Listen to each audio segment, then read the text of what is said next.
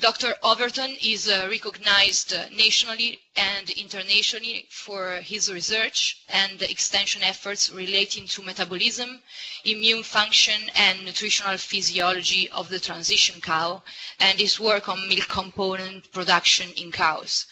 He works as director of the Pro Dairy program at Cornell and as associate director of Cornell Cooperative Extension, works with statewide and regional extension teams within New York to enhance the dairy and agricultural industry in the New York State. So I'd now give the floor to Dr. Overton for his presentation. Yeah, good afternoon, everyone. Thanks, Tanya, very much. Tanya, can you hear me okay? I can hear you okay. Okay, then I'm assuming everybody else can too. So, yeah, good afternoon. It's morning here in New York, another hot summer day here, and maybe it's hot where most of you are as well. But anyways, thanks to Tanya and to Stefano and to Balchem for the invitation to join you this morning.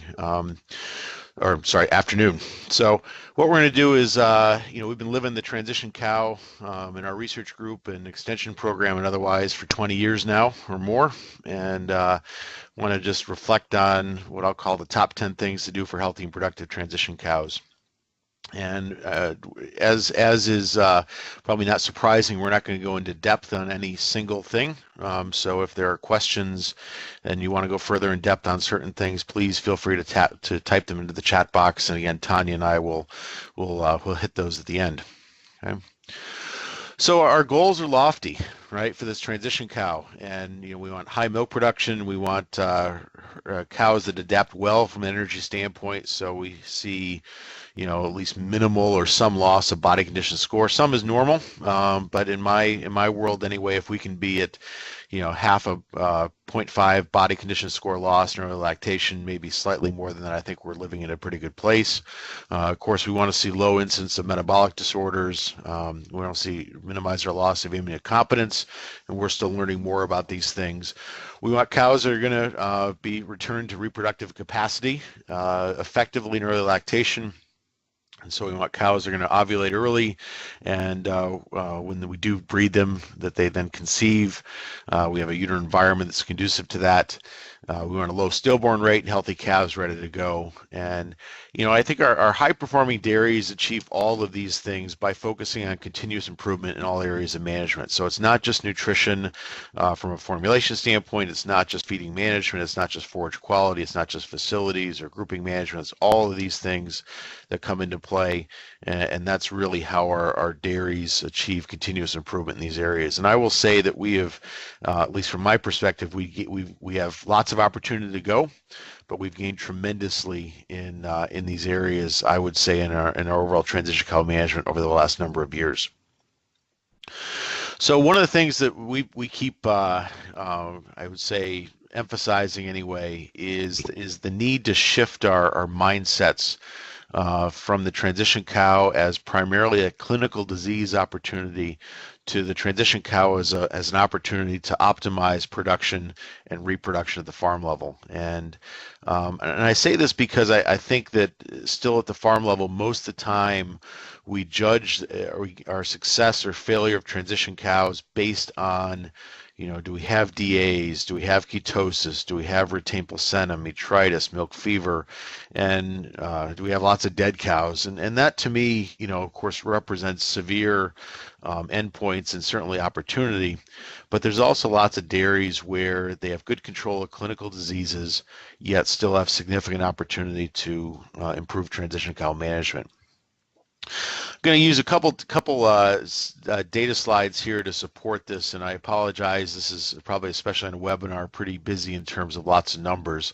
But what I've got here is I've represented data from a study that we did of commercial dairy farms in New York State. We had 72 larger dairies on the study. These were freestall dairies. They averaged 940 cows apiece with a fairly wide range around that. And what I've got here, I'm just going to highlight a couple things here. I've got different parameters here by which we might gauge, various aspects of transition management on the left. So DAs, milk fever, retained placenta, ketosis. This was actually measured by blood samples we collected. We've got what we would call an achievable rate based on some guidelines that Daryl Nyam and I set up for a cattle health program that's here in New York State. So we said, what herds, if they're doing well, can have less than 3% DAs.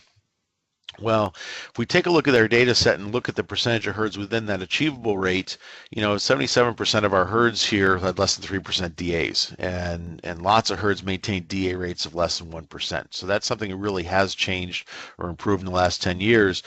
Conversely, if we look at an alarm rate, and basically what Daryl and I defined an alarm rate to be was essentially a level at which clearly there was a need for action. Clearly there was more opportunity to do better. And we only had about 1% of herds that were above that alarm level rate, at least relative to DAs. And so we can scan down here and see that in general we're doing pretty well with things like DAs, clinical milk fever, and this would be generally down cow clinical milk fever. Not subclinical hypocalcemia like we'll talk about here in a minute. Retains, doing pretty well there overall. Now we get into some of the things that you look at ketosis, and now we see we've got some opportunities here, and we've got 20 to 25% of herds above the alarm level, only 50% to 2/3 of herds doing well there. Maybe some opportunity here in mastitis, doing well here in stillborns overall, et cetera, but still, some opportunity there. But by and large, doing fairly well on some of the major clinical disorders. All right, if that last slide wasn't busy enough, this one certainly is. Again, what I've got on this slide, though, and I don't want to get caught up too much in the numbers here, is we now have a number of large epidemiological studies involving lots of herds, lots of cows, in which you can look at associations between various things that we might look at from an energy standpoint, like NEFAs, right, which are a good indicator of body fat mobilization, BHBAs or blood ketones, calcium, haptoglobin, that's a marker of inflammation, and we can then determine whether it's prepartum or postpartum, various thresholds that seem to be predictive. We can set herd level alarms in terms of percentage of cows under or over a given marker. And then we look at the effect size in terms of what they're associated with at the herd level. And what we find here is that if you scan down here, here's SPINA. This was done out of our group with Daryl Nyam, actually primarily Nyam's group with our with our collaboration. This was 100 herds in New York primarily. Chapanel, this was 55 herds across the U.S. and Canada. Huzzy, this was done in our group. Again, 2 herds, but about 400 some odd cows enrolled in the study overall. And what I want you to see here is that, in general, we do see, when we have issues with, negative energy balance pre-calving or post-calving, or at least too high, we do see more clinical disease, but not always. But what we often see is some fairly meaningful effects on both reproduction and milk production. And the reality is the economic side of the milk and the repro side in terms of these effects are actually quite a bit larger than those of clinical disease. And so, again, we find when these markers of energy metabolism, when these markers of calcium, when these markers of inflammation like haptoglobin are off, we may or may not see it in clinical disease, but we certainly may see it in the tank from a milk production standpoint or from a reproduction standpoint. Again, it can be hard to associate because, again, our minds are trained to think about clinical disease, but clearly there's more opportunity there. All right, so let's get into it. So top 10 things to do for healthy and productive transition cows. These are not necessarily in any particular order, although they're probably in a general order. Again, I'm going to think about nutritional things, and then we'll get into some management stuff too. Number one here is the first one anyway, is managed macromineral nutrition, or DCAD, or the dietary cation indifference of dry cows, especially in the last 2 to 3 weeks before calving, to prevent clinical and subclinical hypocalcemia. Okay. One of the things that we've found and is has been a really active area of work in the last probably 4 to 5 years or more has been this kind of emergence anyway of our understanding of subclinical hypocalcemia. And again, as I talked before, there's lots of dairies that maintain clinical milk fever rates of less than 1% or less than say 1 or 2% or thereabouts, but they still may have 20 to 30 to 40 to 80% of cows post-calving that would be categorized as subclinical hypocalcemic, and we have a better feel now for maybe where those levels should be, et cetera. But if you just scan the general associations here between hypocalcemia and health, we see impaired health, decreased milk production, poor reproductive performance, and then this notion that cows that are chronically subclinical hypocalcemic, in other words, they don't just go down in terms of blood calcium after calving and then bounce back well, they actually kind of go down and stay down.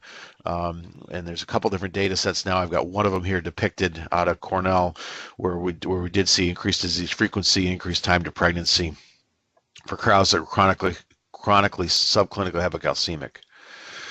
So kind of the bottom line with hypocalcemia is that it really begins and from my point ends with prepartum dietary management. And we've known for a long time that we can manipulate the dietary cation anion difference, or DCAD, and I'll talk about that in more detail in just a minute. But essentially that comes down to minimizing or avoiding higher potassium forages in that diet fed in the last 2 to 3 weeks before calving. We also can supplement anions, and these typically are in the form of chloride and or sulfur-containing supplements to that diet fed pre-calving. Another approach that's gotten some renewed interest, we've done some work with it and certainly has some renewed interest in North America, would be this notion of actualizing a low calcium diet through use of a binder of calcium in the diet to decrease absorption. And this can also be, this would be certainly a different approach than DCAD. You're not going to think about DCAD too much with this second approach. You're not going to worry about potassium as much. We could talk about that some more, but it certainly can be an effective way also of improving calcium status in fresh cows. It certainly has gotten less research interest overall, or less attention than DCAD. DCAD's been around for 30 plus years, and we understand DCAD and DCAD management fairly well. All right. In terms of major strategies for application of DCAD, again, we have kind of our what I call our base strategy would be to focus on feeding low potassium and sodium forages and feeds to close-up cows. Our calculated DCAD is going to be somewhere around a plus 10 milliequivalents per 100 grams of dry matter. Urine pHs, are going to be in the low to mid 8s. Again, you're not going to specifically measure urine pH if you're only using this strategy.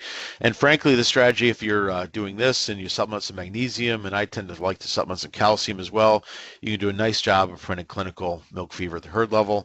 The challenge is you may or may not do all that well in terms of preventing subclinical. And so you can think about feeding anions at some levels, either partially or fully. And some recent work that Brittany Lino did out of our group, actually did the study where we looked at feeding a low potassium control versus a partial DCAD versus a full DCAD, and she did find her best responses relative to blood calciums and also relative to postpartum intake and milk production by feeding a more negative DCAD here. And in our case, we were running urine pHs and Holsteins down between 5.5 and 6 using a commercial supplement. Again, we talk later about urine pH monitoring, but again, if you're doing a full DCAD approach, it can be a great tool not only to know where those cows are at physiologically, but also to monitor feeding management at the farm level.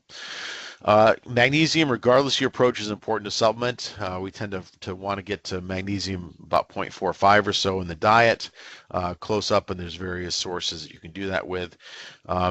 Lots of argument and discussion still on calcium supplementation. I tend to, if we're doing DCAD diets in particular, I would favor, there's some recent data out of Illinois that I just saw at Dairy Science Meetings a few weeks ago that back this, as well as some work at University of Wisconsin-Madison that would suggest that we should be supplementing calcium to these cows, especially for a full anionic diet, and I'm pretty comfortable in that 1.5% of the diet range.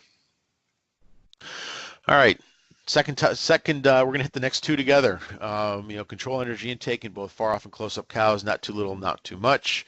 And then make sure that we're supplying enough metabolizable protein before calving, and that means we're going to emphasize our use of rumen undegradable protein sources or bypass protein sources and balancing amino acids before calving. Okay, so just to summarize this, and again, we can have more discussion later, far off, there's different ways to do it, but kind of the bottom line is we want to keep the energy down, right? We want to meet but not exceed dramatically the cow's energy requirements. So regardless of what model you're using, this is a way to apply it across systems or whatever. We're not, we're not worried about macromineral balances within reason. Of course, we want to supplement and meet her mineral and vitamin requirements, but we're not worried about DCADs and things like that necessarily. And again, the protein side, her MP requirements probably 1,000 grams or less, and that's not hard to do in most dietary scenarios. Close up, especially with the same diets being fed to heifers and older cows, I would say a low to moderate energy approach, 110 to 130%. You see my starch numbers. I know based on some of the names that flashed on the screen that some of you live in places where, you're not going to probably feed this much starch to cows close up because you're not feeding that much starch to cows in lactation. But I mean, this is, my 16 to 18% here is sort of predicated upon, we're going to be transitioning on to diets that are probably 24 to 28% starch after calving. And so we're trying to set them up to do that and minimize the gap there. We're going to supplement with RUP. You see our kind of an MP target for Holsteins of about 1,200 to 1,400 grams per day. Again, trying to get into that 110 to 130% range. And then, macromineral relationships, again, we do worry about these as well. Our vitamins and certainly our traces, and I'll make a comment on trace elements here in a little bit relative to preference on sources and things like that. One groups, of course, a lot of you, and I do too in New York, have herds where our most effective approach is going to be a one group TMR for the dry cows. Certainly that can work. I prefer two group systems because I think it gives us a better ability to get energy truly down far off. It focuses our DCAD or calcium management to that close-up period. It makes it easier to supplement more metabolizable protein close up, or at least more economically possible, etc. But if we're in a situation where we have a choice between two poorly implemented diets or one well implemented one, a lot of times we'll take the one well implemented diet, depending on herd size and management and things like that. And so these are some general guidelines there. For many of these things on the energy and protein side, we're sort of splitting the difference between the far off and the close up recommendations. We're going to tend to formulate minerals like close up. And again, I give you the caveat that I think it's always a bit of a compromise, certainly compromising cost, but also I think in terms of overall performance, health outcomes compared to two group systems, but recognizing it's most practical for some farms. All right, get the feeding management right every day, and that's a big one, and that's one that we can do lots of things with our formulation on paper, but if we're not getting feeding management right every day, there's all bets are off in terms of our ability to have successful outcomes here. So, one of the keys, especially as we tend to feed more controlled energy diets containing chopped hay or straw with silage and a grain mix, is sorting can be a real issue there. And so we tend to really emphasize getting particle size of that straw or hay down, where the longest particles are no more than about 1.5 inches or 4 centimeters in length, and then typically targeting 46% or so percent dry matter, and a lot of times that means we're adding water to these diets. So again, you got to get the particle size under control there, and oftentimes that means pre-chopping that straw or hay at the farm level in a tub grinder or bale buster or hay buster or whatever before it gets mixed into the TMR. Okay. So I don't see too many times where the mixer wagon by itself, unless you've got a really good tight feeding management, can really do that consistently. I think we're generally more consistent if we pre-chop it before it goes in the TMR, and then we use it as an ingredient. Just some recommendations here with using a Penn State box. This is the top, middle, and the bottom. So the bottom, if you have a four sieve, the bottom would capture both of these. Tend to in these dry cow TMR, 10 to 20% in the top screen, less than 40% in the pan. Again, if we're using the 2 sieve in the pan, the older style Penn State box here. In terms of straw or dry hay in the TMR, 1/3, 1/3, 1/3. It tends to be a pretty good place to live. Okay.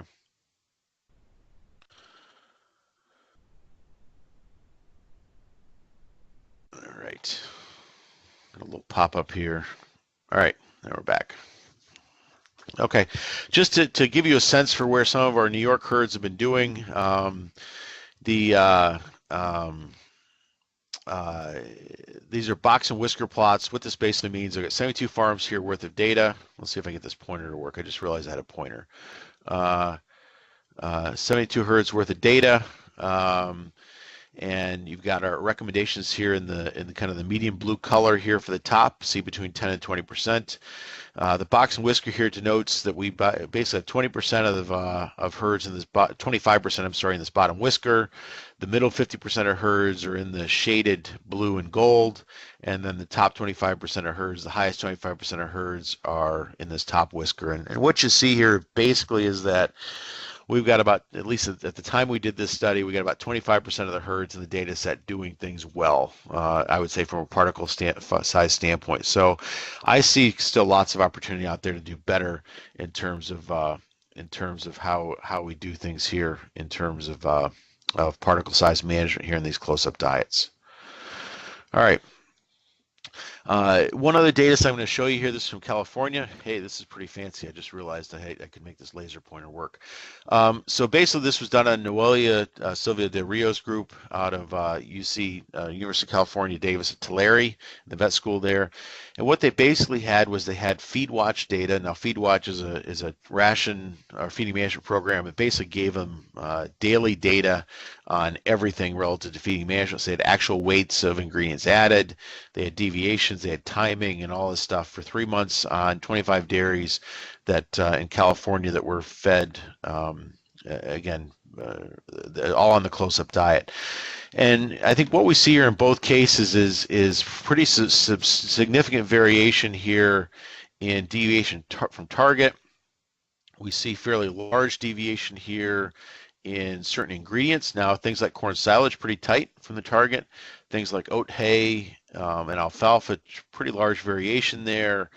Large variation in corn, huge variation in anionic salts, huge variation in minerals and vitamins. And so, again, can get some real variation here introduced at the farm level just based on proper mixing and things like that. And then the last thing they did here is they looked at the frequency by which feedings were delayed by 1 hour or more relative to the previous day. And so, if you look here, some dairies are doing great, right? So less than 5% of the time are the feedings delayed by more than 1 hour per day. But on some dairies, 25 to 30% of the time, those feedings were delayed by more than an hour. In some cases, they were delayed by more than 2 hours, 30% of the time. And you just wonder on those dairies how much, how often those bunks are empty. And again, things that we don't always think about at the farm level, but I think have huge bearing on how well we do. All right, so next two things, right again to the cow management side. So, clean and comfortable housing, fresh water, and then, manage the social interactions and hierarchy, stocking density, commingling cows and heifers, and group changes. And I'm not going to, we can talk more in discussion about this, but, I think we all, hopefully we all recognize anyway how important this is. There's more work going on all the time in this area. I think relative to stocking density, the closer we can get to having, 0.8 meters or so of feed bunk space per cow, pre-fresh and post-fresh. Generally, the better off we're going to do. On larger dairies, if we can start thinking about as we build new transition facilities in terms of splitting out those cows and heifers, both pre-calving and post-calving, it certainly can help, especially the heifers do well. If that's not possible, again, the heifers are the ones that really benefit from the lower stocking density. So, if we're commingling cows and heifers, it's even more important to do well from a stocking density standpoint. And then in terms of group changes, I think that the data and experience would certainly back that, avoiding, group changes 3 to 7 to even 10 days before calving is a good thing. And so again, we tend to favor on larger dairies, herds that are able to manage for sort of a just-in-time calving and things like that. But that cows are already starting to decrease their intake 4 to 7 days before calving, so it's really a tough time to move a cow and have her resocialize. Manage heat stress. This one seems particularly relevant. Anyway, at least here in the Northeast this summer, it's been a hot one so far overall. And one of the things that Jeff Dahl's group has certainly focused our attention on. Jeff is at the University of Florida, but heat stress is prevalent in lots of areas. It may not last as long as it does in tropical or subtropical climates, but certainly it's meaningful. And one of the things that we see here is that when we cool cows before calving, or when they cool cows before calving, these 9 studies that Shadao and Jeff summarized anyway, they basically always saw a milk response post-calving. So cooling dry cows in the dry period resulted in increased milk production in early lactation. Actually through lactation, and these differences these are in pounds per day, but in some cases these are quite large responses here. Okay, one of the more recent areas of their work, and I'm not going to show you all the detail on it in the interest of time, but one of the things that is becoming more and more evident as well is that if that dam is heat stressed during the dry period, her calf is affected as well, and not just through decreased birth weight, but also through greater incidence of failure passive transfer. It's really interesting. Their data would show that colostrum IgG content is not affected, but clearly the cows have more FPT. They have so they don't absorb those colostrum antibodies as well. They have poor immune function. They have poor feed efficiency and decreased milk production, about 5 kilos per day in first lactation. So again, quite meaningful effects and potentially long-lasting effects on that calf if that calf is heat stressed, in utero. All right, high-quality forage fermentable diets for fresh cows. And again, one of the things we want these cows to have good fermentable diets. We want them to have energy post-calving through fermentable carbohydrate, fermentable fiber, and we tend to favor, as long as we adapt them well from a starch standpoint, maybe a little more starch in that. Again, we'd be comfortable in my world in the 25 to 27% range starch range anyway in fresh diets, as long as we set them up appropriately before calving. But again, we can have more discussion on that. I'll just give you one example. This was actually done with brown midrib corn silage. So for those of you not familiar with BMR, it's a corn silage that has lower lignin content, less cross-linking, so higher fiber digestibility. And this was done by Bill Stone, although we recently had a study that Sarah LeCount out of our group led and saw similar results here, where basically fed either conventional corn silage or BMR corn silage, both pre-calving and post-calving, and then between weeks 3 and 4 after calving, switch these cows back to all conventional corn silage. And basically what they found here, Bill found and Sarah found something pretty similar anyway, is these cows fed the more digestible, more fermentable feed, had higher intakes before calving, had higher intakes after calving here compared to controls. Remember, they all switched back to the same corn silage here at about 25 days after calving. You see intakes here were pretty similar thereafter. And they also had higher milk production and that did persist out into lactation. So again, remember, all cows are switched back to all conventional here in this time frame, but these cows here started better and they stayed better afterwards. So again, showing the value of fermentability here in transition. All right, let's strategically use feed additives or specific nutrients. Okay, and so I'm going to spend just a couple minutes on this. And I think that as we've learned more, I think it's become very clear that there are opportunities to strategically use certain additives or nutrients in the transition cow, that certain nutrients may be conditionally essential for cows in this time frame. And so, there's a fair amount of body of work now, supporting additional inclusion of certain nutrients and feed additives in diets for cows close up and fresh. Of the nutrients that are there, probably choline's gotten about as much or more research attention as anything. That body of work is at least 20 years of research anyway in transition cows. We know that choline helps that liver export fat as VLDL and improves performance. And of course, it's got to be fed in room protected form. Because unprotected choline is very rapidly degraded in the room, and I'll just show you some data here in just a minute about that. Amino acids, right? So both protected forms and analogs. I think the literature does support, especially probably mostly with methionine. That's the one that's gotten the most attention, although there is some work with lysine as well, and I think there's other opportunities for other amino acids too going forward. But methionine is the one that certainly has demonstrated supplementation beginning pre-calving that we can improve performance and also aspects of immune function and inflammation. Chromium propionate, again, another nutrient. Chromium has been shown back in the 90s to affect immune function. We had some work showing it improved or decreased cytological endometritis. Some data on improved intake and performance as well with chromium. And then finally, what I'll just generally call improved trace mineral sources. And by these, I'm thinking about things like organics or hydroxys versus sulfates. And I think, the body of work out there overall would suggest that improved the sources of trace minerals will decrease oxidative stress, improve milk yield, improve immune function in these cows. And there's probably still more to learn here, but I think the data, from various sources will generally back that. Okay, so I think supplementation where bioavailable trace minerals is certainly worthy in transition early lactation. And then additives. Of course, most of you live in areas where you don't have monensin available as a feed additive. We do in the U.S., so it's pretty much a standard addition to transition diets. You get better, more propionate production, which the liver uses to make glucose. Get better energy metabolism, less ketones, better production and intake, etc. And then I think, again, back to the rumen adaptation here, yeast culture, yeast products, certainly have the opportunity to improve rumen function, transition, intake, or performance.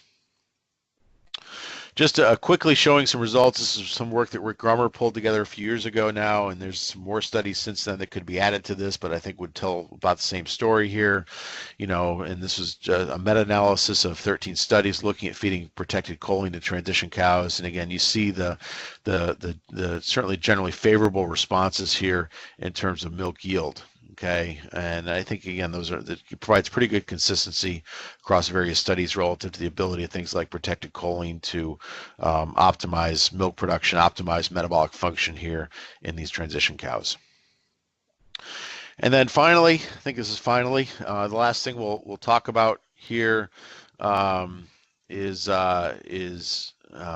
implement cow and herd level monitoring programs here in transition. And so, I'm not going to get too much into depth here, but I think that one of the things that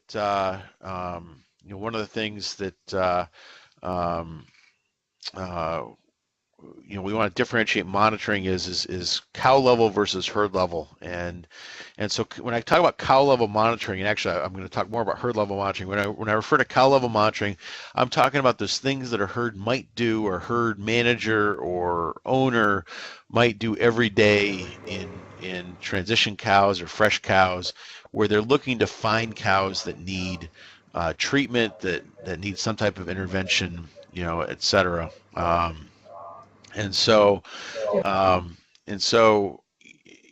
Those would be typical fresh cow checks. Those might be, again, daily ketones if a herd's really trying to find every cow that might have subclinical or subclinical ketosis, et cetera, et cetera. And so, herds obviously are doing that as part of their routine herd health type programs.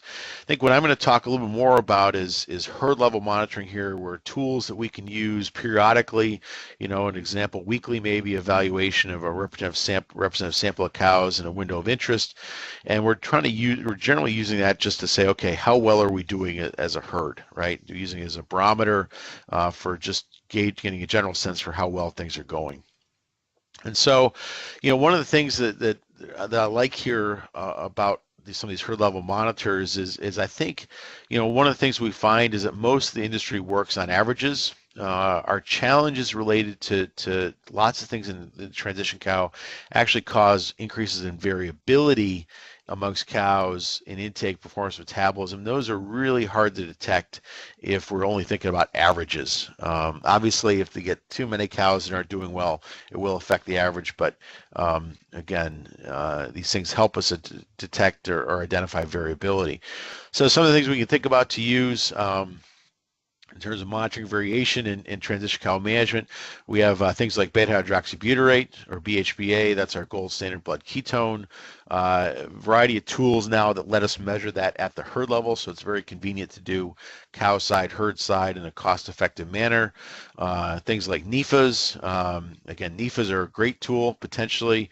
Our challenge is we don't have good cow or herd side ways to do NEFAs, and so we incur the inconvenience and cost of trying to run those in a diagnostic lab or something like that. And so I tend to reserve NEFAs mostly for troubleshooting type scenarios where you're really looking for some more in-depth numbers to look and identify cows or issues with energy status in cows.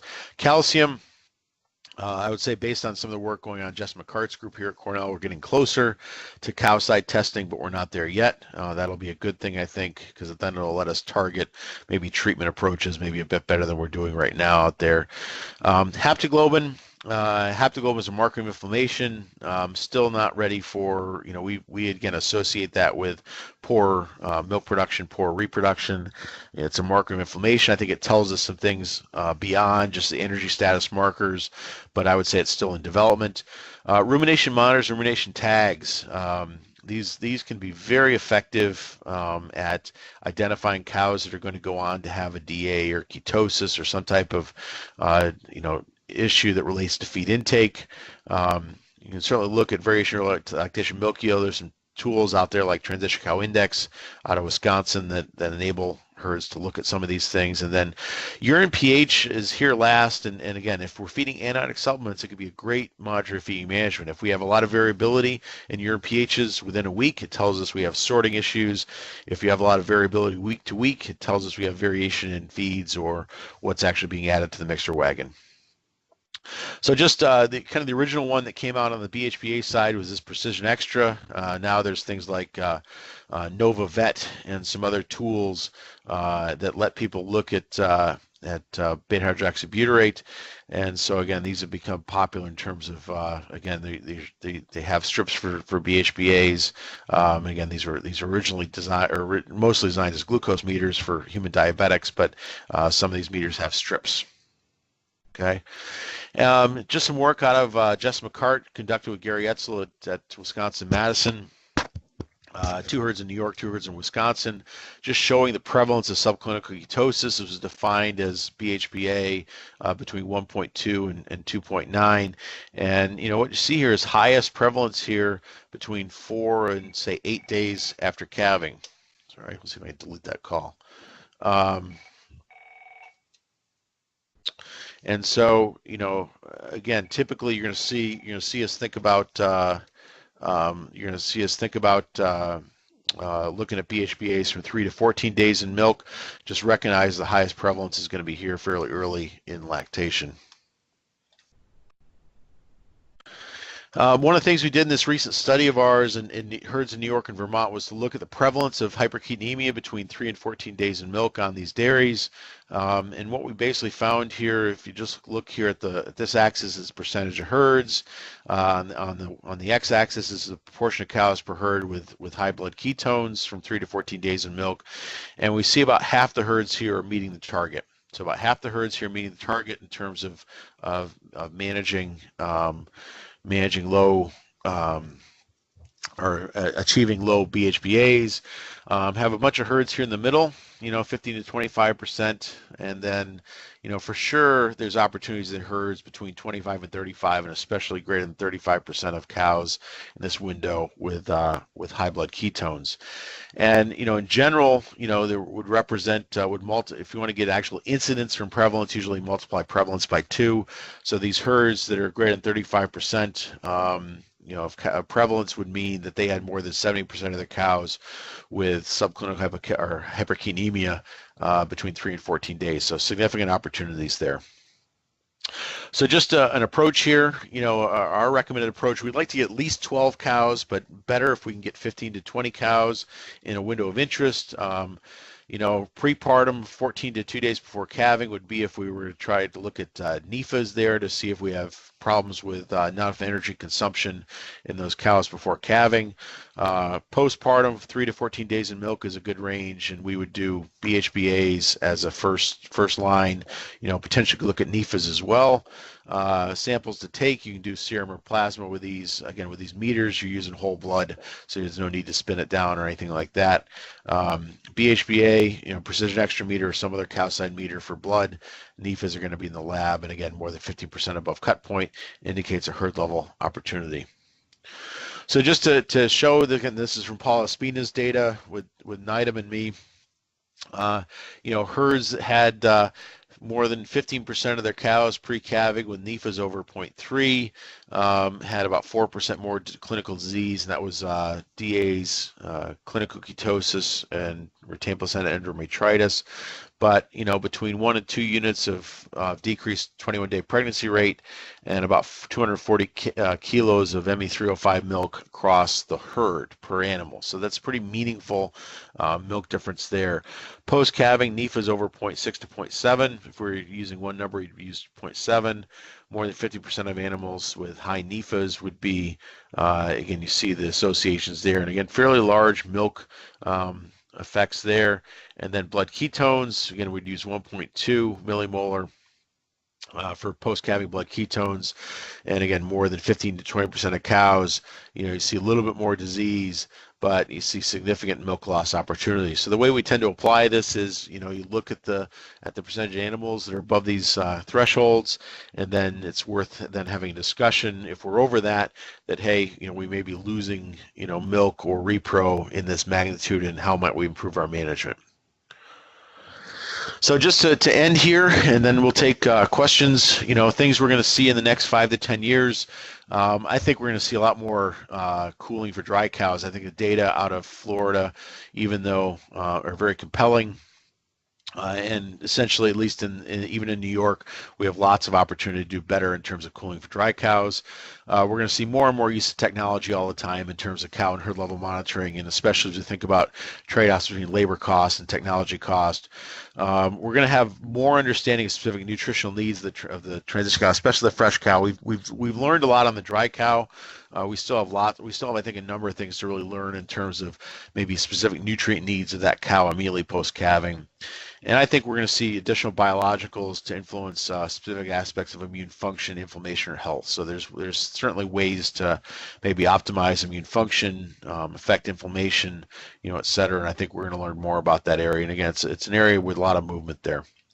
And then other things that are going to become common, I think we're going to see enhanced milk diagnostics. We already have labs and milk labs that are reporting milk ketones. We're going to see more of that. Some of the work that's been done so far suggests that we can actually get pretty good predictions of NEFA from fatty acid profiles in milk done by infrared. And so, again, you're not going to use, this is back to things we might monitor at the herd level. You're not going to use these much for diagnosis of individual cows, but I think as barometers for the herd, there's value there. Other proteins, inflammatory markers, and I think, at the end of the day, these are going to be done by infrared or some other type of imaging in the parlor, in the milk line in real time. And so we'll have that. I think there's opportunities to think about systems that measure feeding behavior at the feed bunk. I think there's opportunity there as well. And, certainly there are some technologies out there that are letting us think about calving monitoring and allowing us to handle or more precisely identify cows that are truly ready to calve. Of course, there'll be always more to learn, and I want to thank Balchem again for inviting me. I want to thank all of you for your attendance this morning. There's my email address, and I think we've got some time, Tanya and Stefano, for some questions. I certainly have seen some coming in during the presentation, so thank you. Yeah, thank you very much, Tom, for your presentation. Very, very interesting as usual. So yeah, there are some questions on the chat box. So I'll start from the first one. So what's your opinion about the use of an ionic diet in one group feeding system in dry cows? What it will be the DCAD level, the urine pH, and the target dry matter intake for this cow? Yeah, so so one of the things, I certainly know herds that have been more aggressive in terms of anions through the whole dry period. Again, targeting that 5.5 to 6 urine pH for the entire dry period. And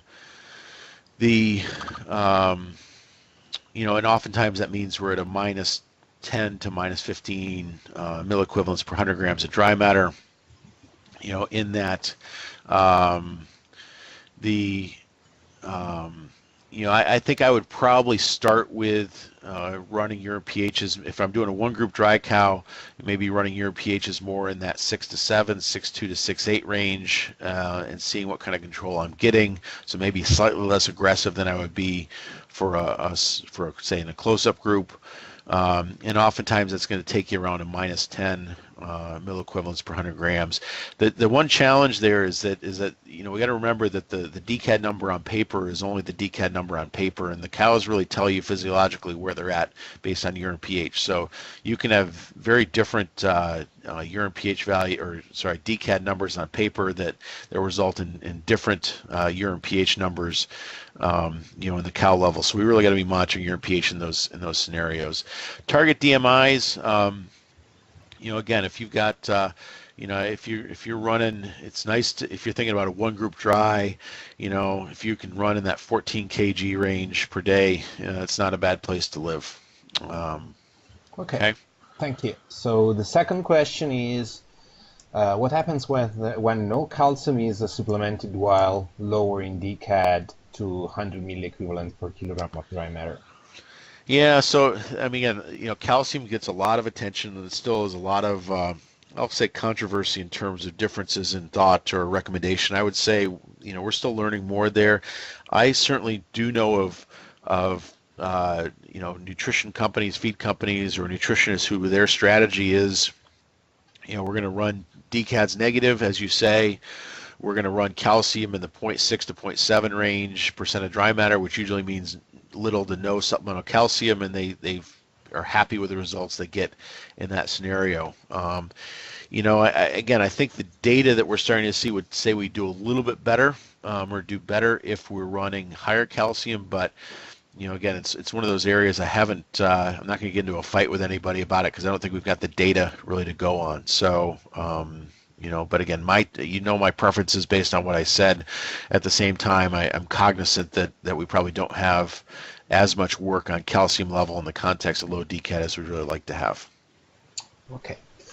So another question. So is there any type of rule regarding starch level in far off and close operation, and related to starch level in fresh cow as well?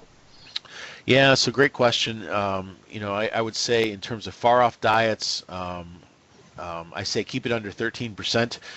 Basically, only from the standpoint if we're much above that, I can almost guarantee we're going to be overfeeding energy to those cows. And so I almost don't really care how low it goes in far off cows. Close up, and into fresh, I think that is a relevant discussion. We got some somewhat circumstantial evidence from work that we've done and work out of Minor Institute that would suggest that we want to keep those starches, no more than 8 to 10 percentage units difference. And you can make an argument for, well, let's add starch plus sugar and say, okay, no more than 8 to 10 percentage units difference between that close up and that fresh diet. And I guess the application of that would be, if I'm running, 16 to 18% starch pre-fresh, I'm pretty comfortable then, running up to, 26 to 27% starch post-fresh. At the same time, if we're running a true Goldilocks controlled energy diet where we're only 12 or 13% starch close up, I think we're going to have problems with acidosis if we try to go all the way to a 26 or 27% starch diet. We truly need to probably get to that maybe 20, 21, 22% starch range. So again, maintaining a difference there, or as I would say, mind the gap. Minding that gap, I think, is important there between close up and fresh. Okay. So another question, does source and type or type of chromium makes any difference in cows and effects? Yeah, good question. I don't think so. If you look in general at, I've summarized some of the data. The two forms that tend to be out there are chromium propionate or chromium methionine, depending on where you are in the world. If you look at the research, control research anyway, it's hard to differentiate responses there. So I've tended to kind of lump those together. Neither one is providing a huge amount of either methionine or propionate. They're basically providing chromium. So I don't know as I would differentiate the sources. At least I don't know aware of data that let us do that. Okay. Next question, how to improve liver function in close-up diets? What's the dosage of the rumen-protected choline and methionine additive per cow per day? Yeah, so, in general, we've been fairly comfortable with that 60 grams per day of protected choline. So I think that translates, if it's 25% choline, right, it translates into 15 grams of actual choline. Is that correct, Stefano? That's choline chloride, so it's 12.5, 12.8 grams of choline ion. Yeah. Okay. So, and we've been fairly comfortable in that range. Methionine, you're gonna run probably 10 to 15 grams of protected methionine. Maybe vary a little bit on the source and things like that, but a lot of the studies have been done. I don't know we have enough true dose response studies to get at the methionine question. I think that the point I would like to make, though, is that choline and methionine, even though you can connect them biochemically, I think they pretty clearly work differently in the transition cow. And choline very clearly improves liver fatty acid metabolism, helps export of VLDL, lowers liver triglyceride, and you get better function there, and so you get improved milk production. Methionine seems to also have a role, although probably less directly related to fatty acid metabolism, more related to immunity, inflammation in these cows. And so again, I think there's a role for both. Again, you'll find folks out there that are going to try to tell you, well, feed just more of one or the other, and I think the nutrients work a bit differently than that. Okay, next question is, any strategy to reestablish the acid-base balance immediately after calving? Yeah, again, once they come off of that anionic diet, they're gonna, once you quit feeding them anions, they're gonna normalize pretty quickly, or they're gonna adapt pretty quickly to whatever they're gonna be post calving. I guess I'm aware there's some discussion about potassium levels in lactating diets. I think that's probably more important in the heat stress type scenario. We tend to have higher corn silage based diets here in the States, and so I tend to not do a whole lot with potassium if you're not looking at a heat stress scenario there. And again, I think they re-equilibrate pretty quickly. Okay, the next one. Yeah, say that's okay for starch, I understand, but what is your advice about fat during close-up, and which type of fat would you suggest? Yeah, so a good question there. I think that's still, from my standpoint, still somewhat of an open question. I tend to not feed any, not generally not put any added fat in diets that we would put together pre-calving. Might put a little bit of fat, a bypass or a protected fat source in, or dry fat post-calving, but oftentimes our total fat content of those diets are still running only 4.5 to 5%. So we tend to not go crazy with fat feeding here in these transition cows. The one area I think still has some opportunity for a look is the whole question of specific fatty acids. And things like linolenic acid, there are some data that would suggest that you can make it improved immune function there. There's some thought also on, or work also maybe on liver function in these areas. So I think there's some work done on some of the fish fatty acids like EPA, DHA. But again, I think we need. I'm not at the point where I think we've got enough data to say we should be routinely supplementing. Diets of cows in transition with specific fatty acids, but I think it's certainly an intriguing area and one that needs some more work. Can I ask a question? Ryan, do you want to ask yourself? Yeah. You want me to go with Dr. Ordway? Is Dr. Ordway on online? Yes, I'm lurking in the background, Tom. You're doing something.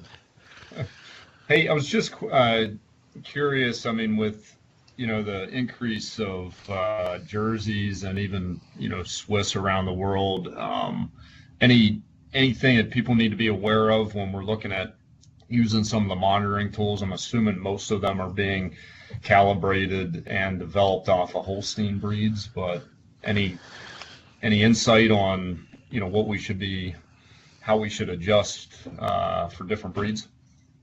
Yeah, Ryan, it's a great question, and unfortunately, I'm not aware of any work that really helps us there. And you're absolutely correct that, these things have mostly been developed in Holsteins, and I agree. We got a lot of jerseys out there, and we certainly know that they're more at risk for calcium issues. Arguably they may be less at risk for ketosis issues, although I still think it's probably a pretty big herd level effect there. And so in the absence of data that really tell us where we ought to be, and we're going to probably apply the same thresholds across breeds and things like that, but just knowing that there probably is some difference there, but we just don't have the data to really help us there, unfortunately. So be a great study. Yeah, I agree. I agree. Okay, next question. How important is to use same forage source in dry cow aeration and fresh cow aeration? Or is it enough to only connect nutrients level between both, such as starch? Yeah, another great question. And I still see a lot of nutritionists who kind of, will say, if I've got this forage in the fresh cow diet, I'd at least have some of it in the pre-calving diet. And, I think in the context of, if we're feeding higher corn silage or maize silage diets after calving, in other words, where the majority of our forage base is maize silage, I'm probably not going to put any, in fact, oftentimes we simply don't put any haylage, grass or legume haylage in that close-up diet. That close-up diet tends to be, again, chopped straw or hay, maize silage, and a grain mix. I think pre-calving that sometimes, putting that haylage in there just brings more variability than it's really worth. from the standpoint of thinking of adaptation and things like that. If you're in a scenario though where you don't have maize silage and you are feeding a higher haylage diet or a high haylage diet as your forage source after calving, yeah, you're probably going to want haylage in that diet, and of course then you're going to have to manage higher potassiums or other things there from the hypocalcemia prevention side. Well, if you think about Northern Europe, we have a lot of grass silage. Yeah. So you're gonna feed that pre-calving as well, right? I would think you are. Again, without any real data to go on there, but I wouldn't put it in there just for the sake of putting it in there. Okay. I'd put it in there because it's a major ingredient in the postpartum diet. But I wouldn't worry about the minor ingredients. And I certainly saw the part of the question that relates to, connect nutrient levels between both, such as starch. I think that's right. That's right. Okay, so next question is still coming. So why is it generally accepted to measure the BHBA and not the other ketone bodies? Is there strongest correlation between them or anything? Yeah, so BHBA is the most stable blood or ketone in blood. They're generally gonna move together, although I think that we could probably learn something from looking at different ratios of acetone, acetoacetic acid, and BHBA in terms of what's really going on in those cows, but I'm not aware of work that really helps us do that. But BHBA tends to be the most stable in blood. It's certainly the most stable in milk. And so that's in part because of that, we've tended to go toward that. Now, the urine strips measure they're nitroprusside based. So they measure, I think, acetone and acetoacetate. So, you are getting a little different measurement there, but I'm not aware of stuff that really helps us, correlate those. In general, the urine strips are fairly specific when compared to BHBA, but they're not as sensitive. So. Okay, so another question. Which raw material do you think is the best as anionic source to try to lower DCAD, thinking close-up? Yeah, so I tend to favor the commercial supplements. And most of those have both chloride and sulfur in them. But again, they're formulated for, I would say, better palatability. I certainly know that in lots of parts of the world, there's still people that feed lots of straight salts, but calcium chlorides and ammonium chlorides, things like that. But I do worry about palatability there, so tend to favor the commercial products. Okay, I got my personal question. So, how often will you measure the BHBA in a herd? Is that related to ketosis incidence in the herd or prevalence in the herd? I mean, would it be every week, every second week, or how often? Yeah, I think you gotta. That's going to be. I would probably tend to do it weekly. In part because weekly, if it's every week, it gets done.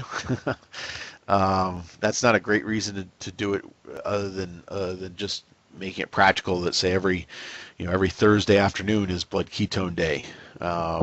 And so it tends to get done then in the groups. The other thing too with smaller herds is you're going to accumulate more data there, so you can look at a little better feel for because you may not have 12 or 15 cows in that 3 to 14 days of milk window, right? So it allows you to accumulate some more data and get a little better feel for what's going on a rolling basis in that herd. Okay. So.